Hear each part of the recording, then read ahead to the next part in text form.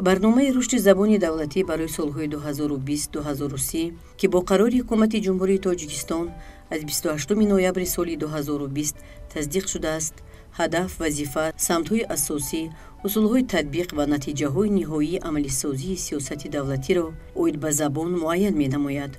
барнома муқаррароти Конститутсияи Ҷумҳурии Тоҷикистон, Қонуни Ҷумҳурии Тоҷикистон дар бораи забони давлатии Ҷумҳурии Тоҷикистон ва дигар санадҳои меъёрии ҳуқуқиро татбиқ намуда, дар рушду густариш ва баландбардоштани мақоми забони давлатӣ нақши муҳим дорад. Барои ҳар яки мо забони модарӣ лафзи ширину муқаддас аст.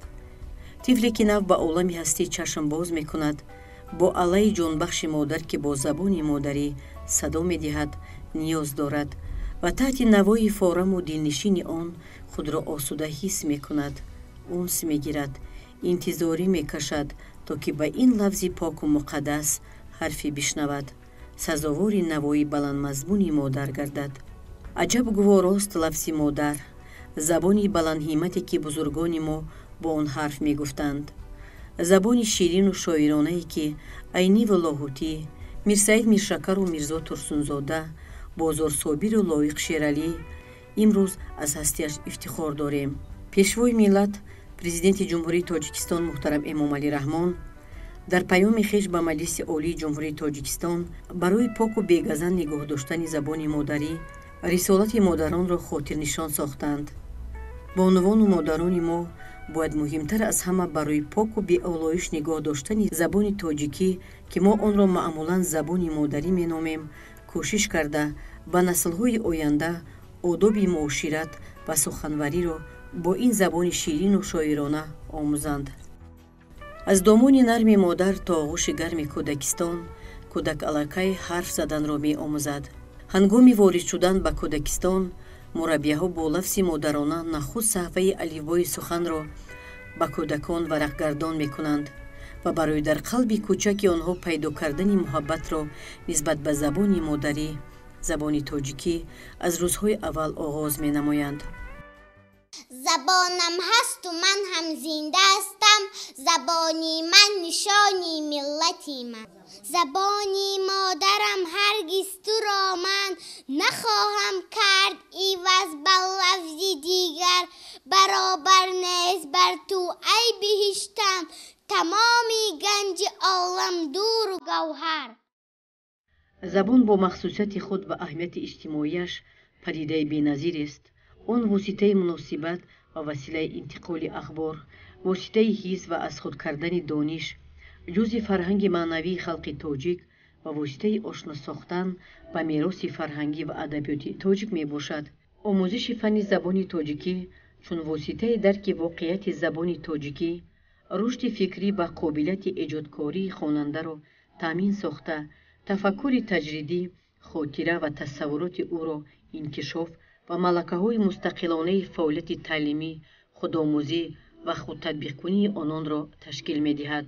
вобаста ба ислоҳоти соҳаи маориф ва талаботи стратегияи миллии рушди таҳсилоти ҷумҳурии Тоҷикистон то солҳои 2020 ки ба муносибати салоҳиятнокӣ ва таълим гузаштанро ҷалб менамояд, бо заҳмату талошҳои омӯзгорон ин ҳадафҳо амалӣ гашта истоданд. хушбахтона стратегияи миллии рушди таҳсилоти ҷумҳурии Тоҷикистон барои солҳои 2021-2030 метавонад барои комилан ба ин ҳадафҳо ноил гаштан дар ин самт мусоидат намояд. омӯзгорони фанни забон ва адабиёти тоҷики муассисаҳои таълимии шаҳри Душанбе курси муносибати бо салоҳият бо таълимро бо муваффақият гузашта кӯшиш менамоянд ки мувофиқи талаботи барномаҳои таълим тавассути худомӯзӣ ва маҳорати баланди касбӣ сатҳи фаҳмиши шогирдонро марҳила ба марҳила баланд бардошта, онро бо донишҳои зарурӣ ба талаботи ҳаёт мувофиқ мусаллаҳ гардонанд.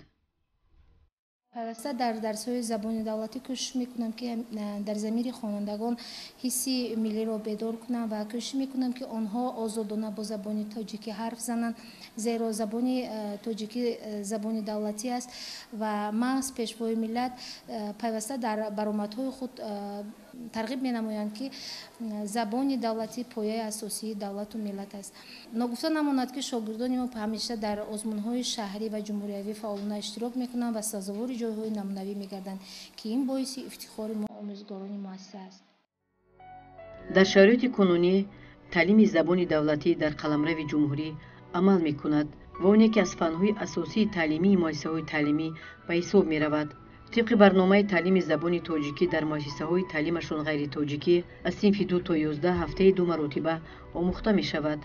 قسمت‌های برنامه از تشکل نطق شفاهی، خوانش متن کتاب درسی، مکالمه، صحبت‌ها، محاکمه‌رانی، بحث، نوشتن مشق و سفارش‌ها، ترتیب کلمه، کلمه‌سازی و قاعده‌های گراماتیکی را در بر می‌گیرد.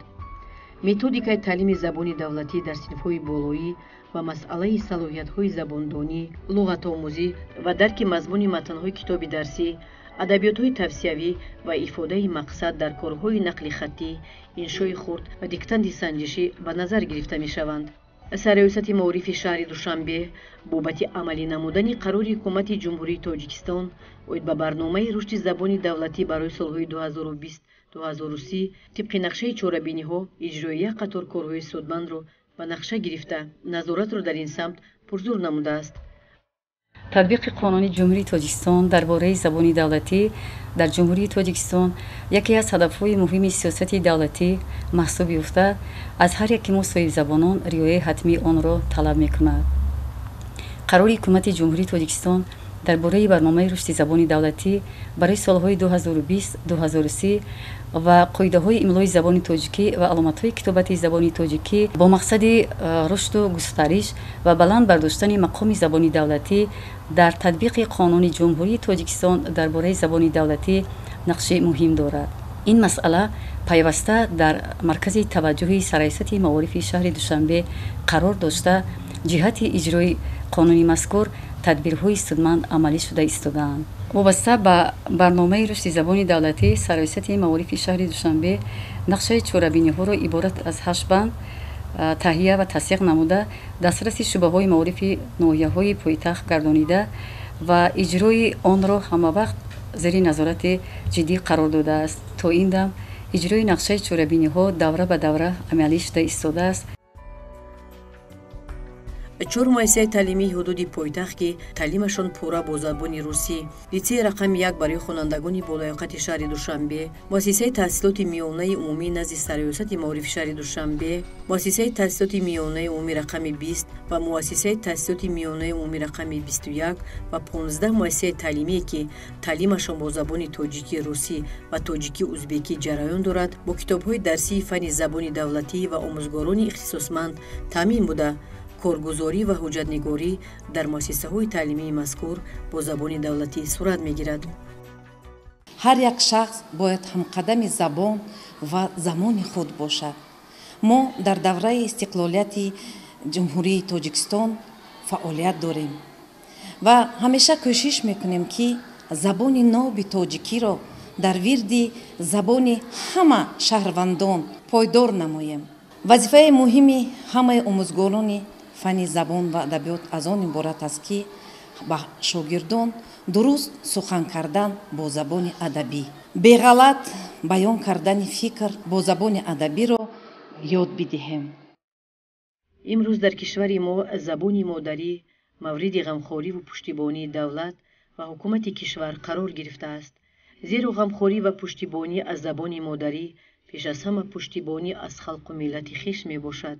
سانه 5 اکتبر سال 2009 قانون جمهوری تاجیکستان درباره زبان دولتی جمهوری تاجیکستان به تصویب رسید که این سانه رسما روز زبان دولتی اعلان گردیده و فهرست جشن‌های دولتی و ملی وارد کرده شد. این سانه همساله در همه مؤسسه‌های تعلیمی پایتخت با حس بلندی و تندرستی و خویشتن‌شناسی، ارج گذاشتن به تاریخ و فرهنگ، مقدس دانستن و پاسداشتن زبان دولتی در سطح عالی برگزار کرده می شود.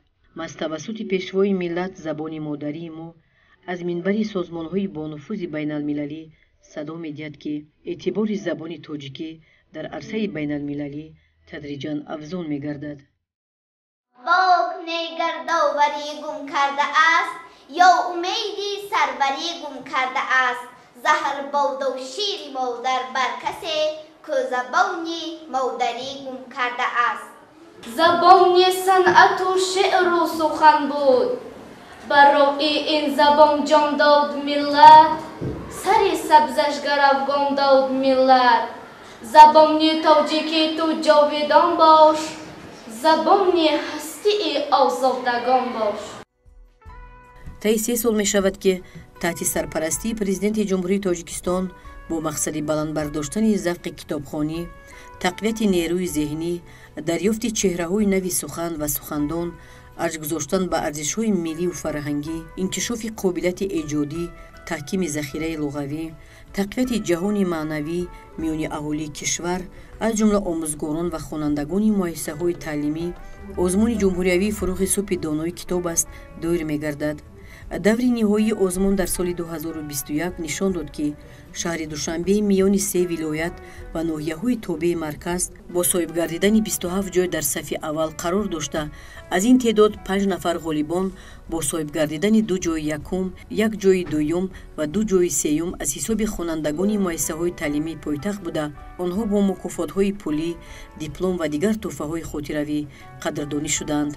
اشتراک فعالانه خوانندگان مؤسسه‌های تعلیمی پایتخت در این آزمون از محبت و احترام خاص داشتن آنها و زبان مادریمان دلالت می‌کند.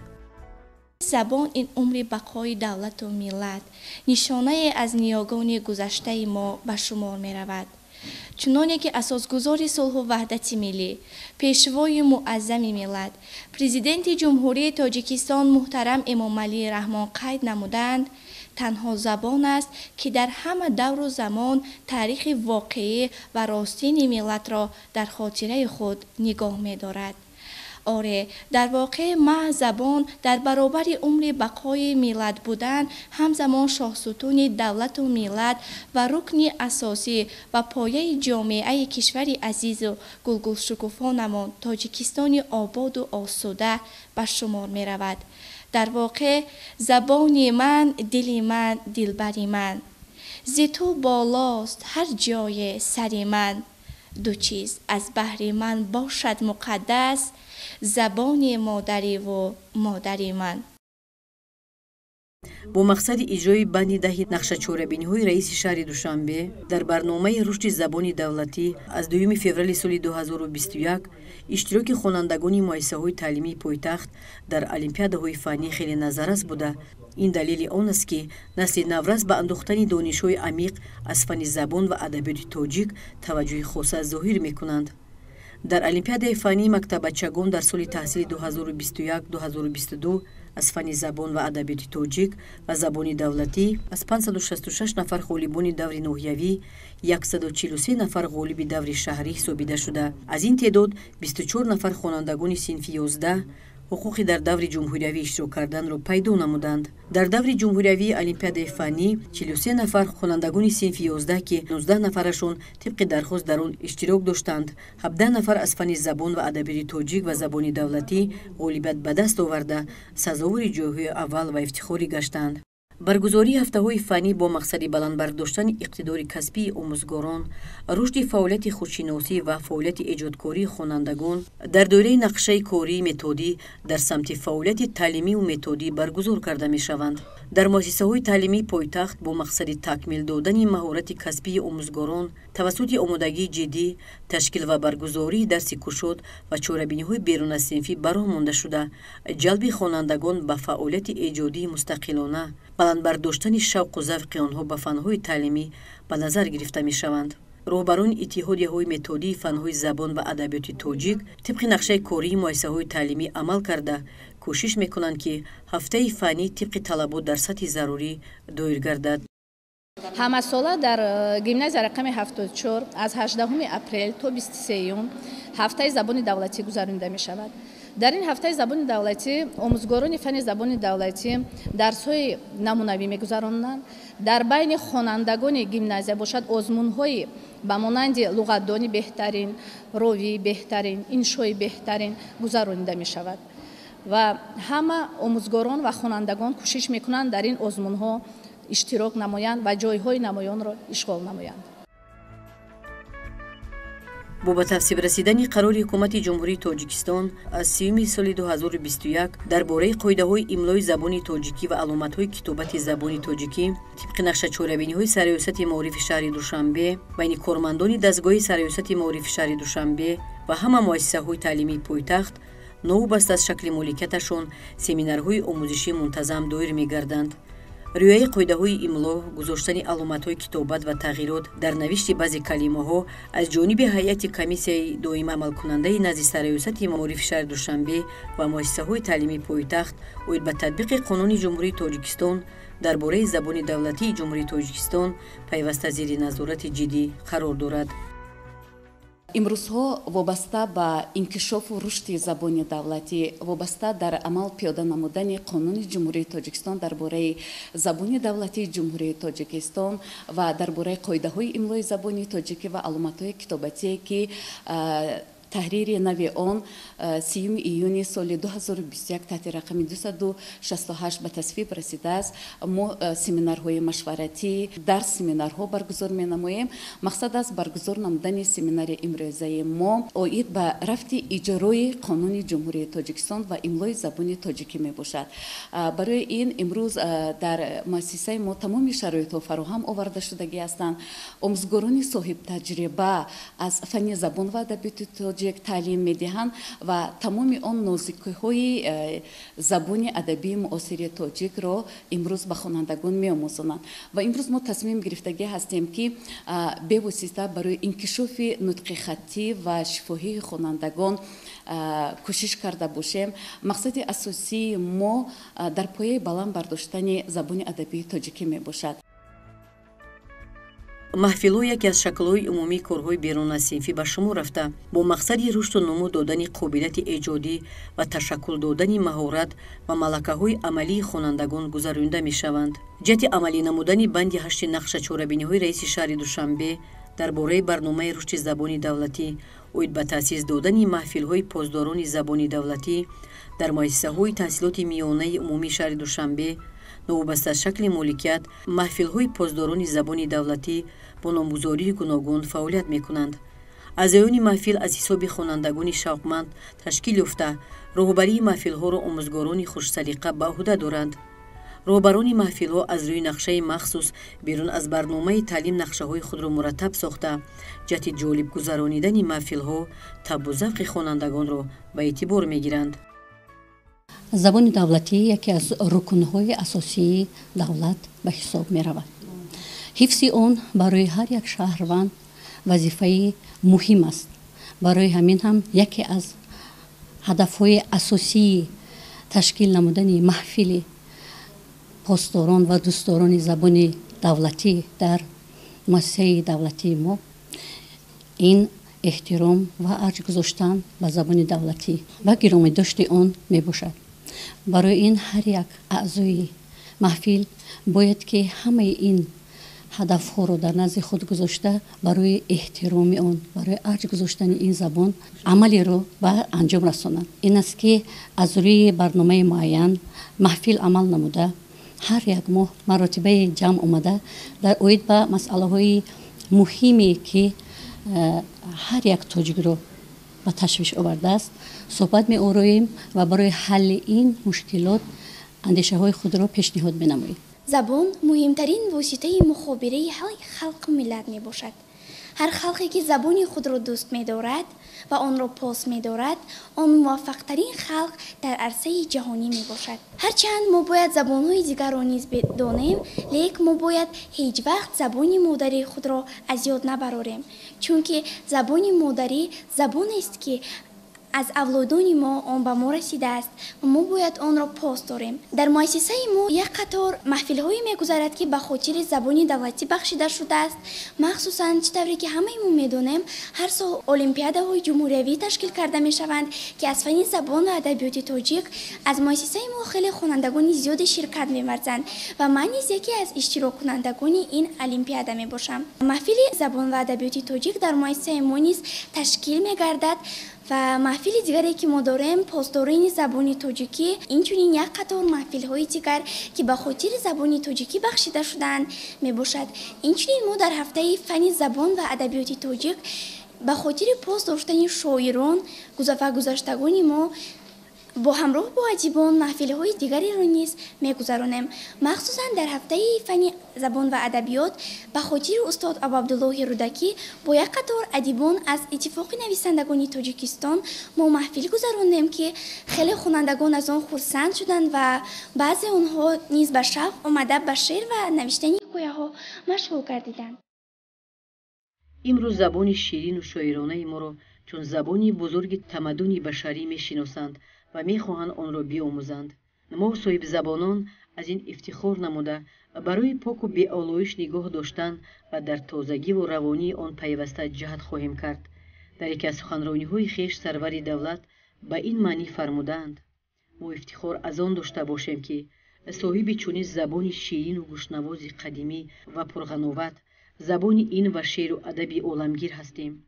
باید به قدر آن برسیم، مهرش را با شیر مادر به قلب فرزندانمان جا کنیم و این عنعنه را از نسل به نسل دهیم تا زبان ناب تاجیک عمر جاودانه یابد.